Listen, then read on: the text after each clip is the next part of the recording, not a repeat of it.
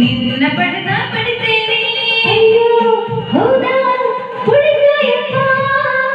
ಮನೆಯಾಗಿ ಒಪ್ಪಿಸಿ ಮದುವೆಯಾಗಿ ಕೂಡಿ ಮಾಡದ ಜಾಗರಣಿ ಹೌದಾ ರೊಕ್ಕದ ತುಪ್ಪ ಬಂದೆ